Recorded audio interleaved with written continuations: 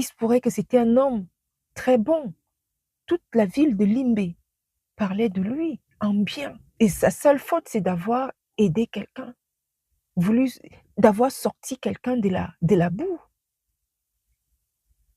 Les amis, quelle leçon tirer de cette histoire? Quelle leçon va-t-on tirer de cette macabre histoire?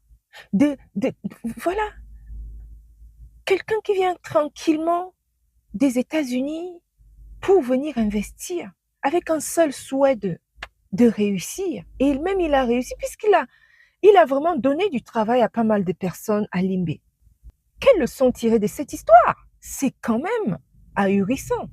Je reviens à dire, comme je le dis souvent ici sur cette chaîne, attention, attention, on ne se lève pas comme ça par un claquement de doigts. J'ai vu une vidéo là-bas, j'ai vu qu'on devenait milliardaire parce qu'on allait investir en Afrique.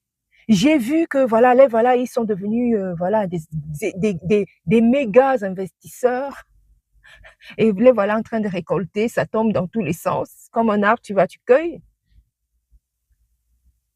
Attention, ce n'est pas comme ça là qu'on se lève.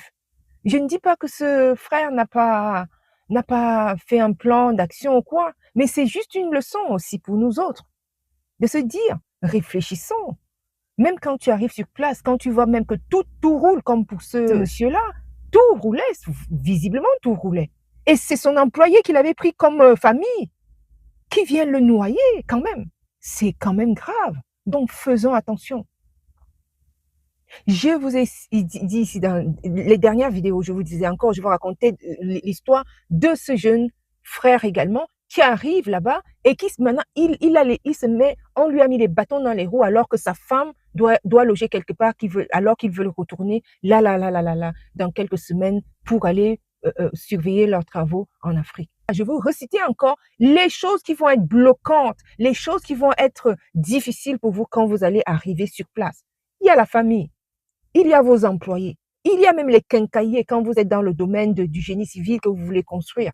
Il y a il y a tellement plein d'acteurs qui sont là. Vous avez l'impression qu'ils sont là que pour vous nuire.